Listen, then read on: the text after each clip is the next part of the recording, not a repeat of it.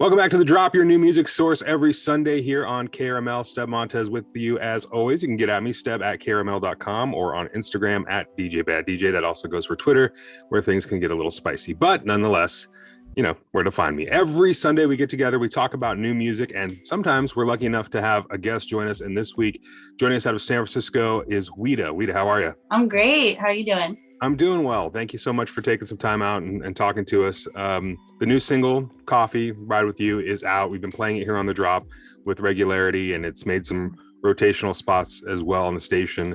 I came across the song in kind of an organic way, the exact kind of way you want people kind of to find new artists. And that was through a friend of mine, David Dutton, who I'd worked with years ago.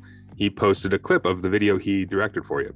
And I was drawn into the song and I was like, well, who is this? Now I got to go find out and do the whole thing. And yeah, it led me to you. And I just reached out and said, hey, I really like the song. Can I get it to play it on the station? And that's where we started. What's your background? You have an interesting kind of path to music. Man, that's a long story. But basically, I mean, I grew up in a musical family in San Francisco. My dad was a singer at church as a cantor. My brother played the viola, my sister the piano. So I've loved music my whole life, and I was really exposed to a lot of different genres. And when I was about, I would say like in high school, I started really thinking about, oh, it's possible to do this as a career. I didn't know anybody who was a songwriter at 9 years old, but I was writing songs. So when I ended up going to college, I went to NYU for music, for recorded music. And I was on that path for a while in education. I found that it was difficult to afford that university, and that I would really have to pave that road for myself. So I've gone through a long journey of like trying to develop my own vision, hear my own voice, write what's important to me, and also navigate the weird music business aspect of it. Like I've had different managers and different kind of situations where I didn't always have the creative control that I really wanted. So this single was really important for me as an independent artist, just being like, this is my vision. I want like full control of how this is going to be. With COVID, it was the perfect time. I just graduated last year from Cal, and I just dived into the creative process. I was like, okay, I'm going to learn how to produce. I'm going to make my own music video. that to me is what's impressive there. Is that's a big jump from like going UC Berkeley. Well, and first of all, you went to the Clive Davis Institute of Music in NYU, which is a prestigious place, no doubt about it. And then you go over to UC Berkeley, the degree in sociology, which is kind of, I guess, on the other side of the spectrum of music. That education allows you to learn, and you teach yourself how to learn things. So it doesn't surprise me that you were like, I'm going to figure out how to do production now. And that's what I'm going to do next. So you have a couple songs out right now. I know you're working on a new project. Kind of tell us about what we can expect for that. Yeah, absolutely. So Coffee is really the debut single off that EP. It was the single that kind of carried me through the beginning of COVID, when I was like, okay, so I have all this time and it's kind of actually perfect right now as I develop the whole EP. So the rest of the EP is close to finish, which is really cool. The EP should be out around this summer. And so I'm just kind of getting the last bits together. In music, I have such a long journey of really developing and dipping into different genres. So it's going to be a little bit more of a mashup of different influences. I think if I could just release a bunch of EPs, that would be really fulfilling to me as an artist. I'm excited to share those songs, and the visual component to it is very exciting for me. You know? Yeah, I can tell that's a big piece for you, because there is an aesthetic that's really unique in the video for Coffee as well. So I definitely recommend what's going on YouTube, checking it out. And then as far as the name Ouida, that kind of, that if you just do a search, you get Mary Louise Ramey as the pseudonym that was hers as an author. Where did you come across it, and how did you come across the name?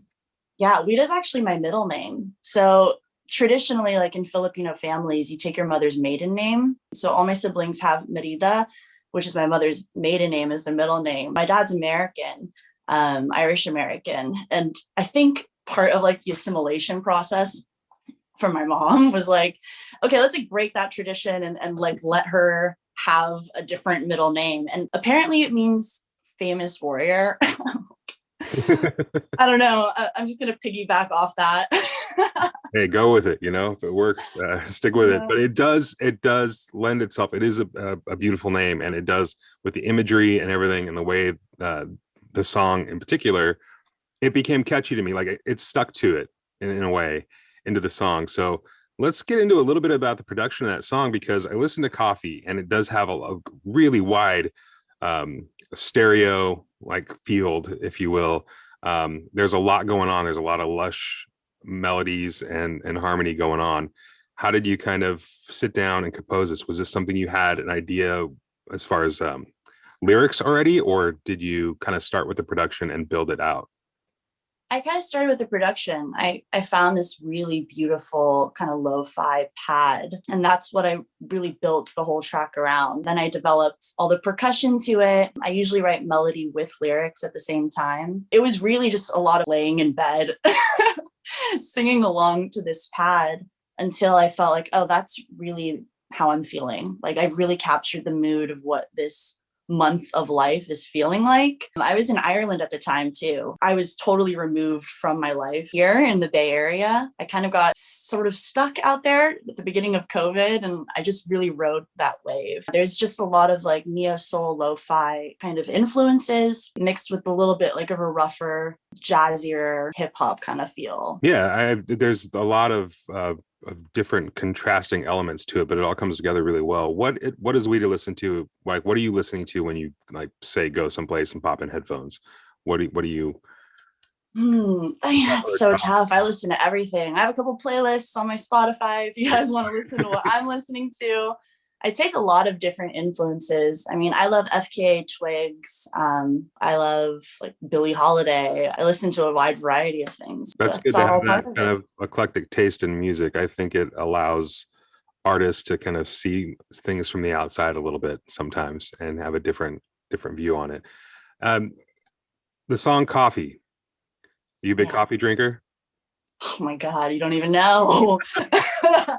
COVID made it worse. So like, I have to tell myself, okay, decaf in the afternoon because you love the taste, but you can't handle the anxiety. So. Right. Yeah. Especially with like the musical process, I imagine the focus that's required to sit down and work on music, it isn't always lend itself to having the jitters from coffee. I'm a huge coffee drinker myself. I've had to cut back for my doctor said it's time to like chill out on the coffee. No. So the blood pressure can only take so much. But yeah, what's your go-to? Like, what is your go-to coffee? Like, what's the first thing you do? Oat milk, flat white. So I discovered the flat white when I was out in Ireland, and that's like my boyfriend's drink of choice. And I love oat milk. I'm not that big on dairy.